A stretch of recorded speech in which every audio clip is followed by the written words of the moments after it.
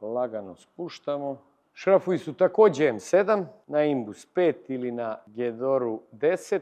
Malo su duži u odnosu na šrafove koji idu za deklove Semeninga. Privući ćemo 4 šrafa u nakrst po ćoškovima, bez stezanja, da bismo doveli blok i karter na poziciju gde treba da bude.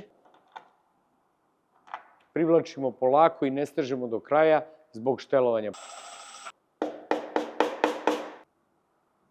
Bitno je da se poravna najniža tačka kartera sa blokom motora.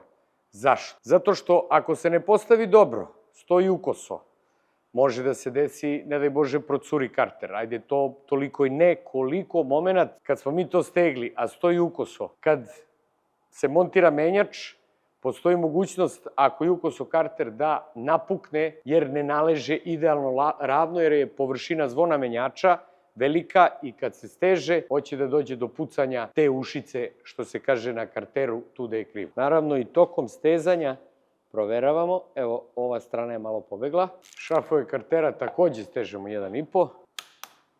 Stegnut ćemo na 4 tačke i proverit ćemo još jednom da li su karter i blok ravni. Sad kad smo ga naštelovali, idemo sve u krug, stežemo šrafove na 1,5.